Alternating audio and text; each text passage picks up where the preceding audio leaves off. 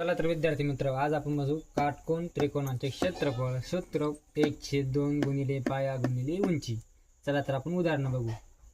एका त्रिकोणाचा पाया 26 सेंटीमीटर व उंची 25 सेंटीमीटर आहे, तर त्रिकोणाचे क्षेत्रफळ किती? चला आपण आकृती काढून घेऊ. चला, पाया किती आहे? 26 सेंटीमीटर. उंची किती आहे? 25 सेंटीमीटर. चला आपण ते सूत्रात टाकून घेऊ.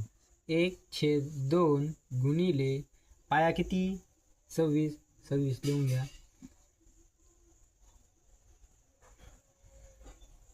गुणिले उंची किती आहे? 25 घ्या. 25 लिहून.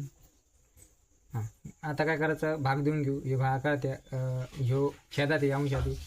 बे एक बे, बे एक बे, बे त्रिक 6.